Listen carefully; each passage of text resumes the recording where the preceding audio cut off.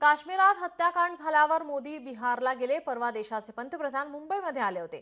संजय राऊत यांनी आता पंतप्रधान मोदी यांच्या दौऱ्यावर टीका केली आहे. 9 तास पंतप्रधान मोदी सेलिब्रिटींसोबत बसले.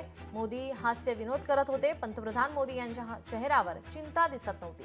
सरकारकडे पाहून युद्धाला सामोरे जाऊ असं वाटत नाही. विरोधकांना चुनचुनकर मारताना तसंच देशाच्या दुश्मनांना चुनचुनकर मारा असं राऊत यांनी म्हटलं आहे. सर्व परिस्थितीला अमित शहाच जबाबदार आहेत. मोदींनी सर्वप्रथम शहांचा राजीनामा घ्यावा असंही संजय राऊत यांनी म्हटलंय.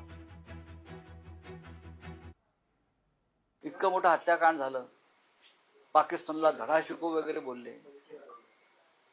परवा मुंबईत आले, 9 तास नटनट्यांबरोबर राहिले. Bollywood film stars, film actress, 9 तास देशाचे प्रधानमंत्री, युद्धाची देशात चर्चा चालू आहे. पवन कल्याण यांच्याबरोबर हास्य विनोद करतायत.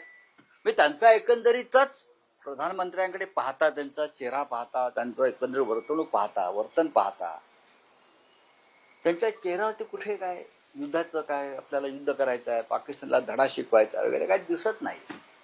खुशमिजाज अवस्थेमध्ये आहेत. आम्ही चिंतेमध्ये आहोत की पाकिस्तानला धडा कसा शिकवायचा.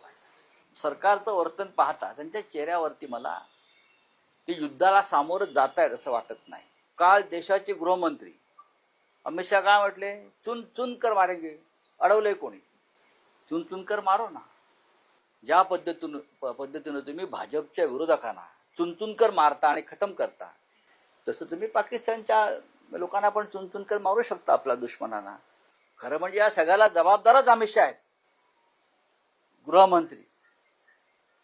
जे हत्याकांड घडलंय, काश्मीर मधल्या प्रत्येक हत्याकांडाला गेल्या 10 वर्षातल्या फक्त देशाचे गृहमंत्री अमित शहा जबाबदार आहेत.